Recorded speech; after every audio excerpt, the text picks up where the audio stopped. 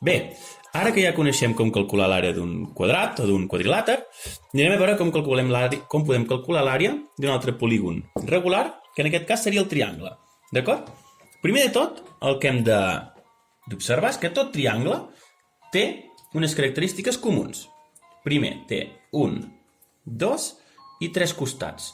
Llavors, també podem trobar-hi 1, 2 i 3 vèrtexs. I per últim, hi podem trobar 1, 2 i 3 angles. Sí?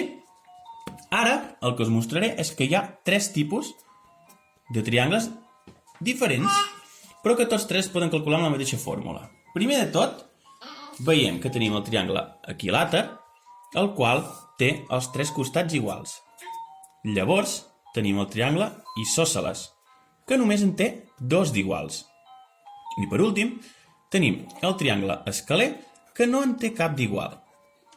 Llavors, el primer que hem de fer és identificar quin triangle tenim nosaltres aquí.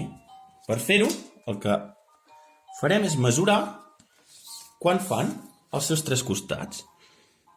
Veiem que el primer fa 24 centímetres, el segon fa 24 centímetres igual i la base en fa 33. Per tant, podem dir que és un triangle isòsceles. Llavors, per calcular l'àrea, hem d'aplicar la següent fórmula, que ens diu que la base es multiplica per l'alçada i es divideix per 2. Doncs anem-ho a fer. La base d'aquest triangle, com hem dit abans, fa 33 centímetres.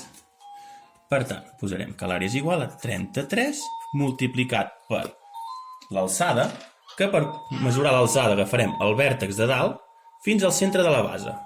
Fa 18 centímetres i això ho dividirem per 2. Fent aquesta fórmula, aquest càlcul, obtindrem l'àrea total d'aquest polígon. Per tant, el repte que us plantejo jo ara és que intenteu resoldre aquesta operació i que ens feu arribar àrees de diferents triangles que vosaltres pugueu trobar per casa. D'acord? Vinga, molts ànims i fins aviat. Adéu!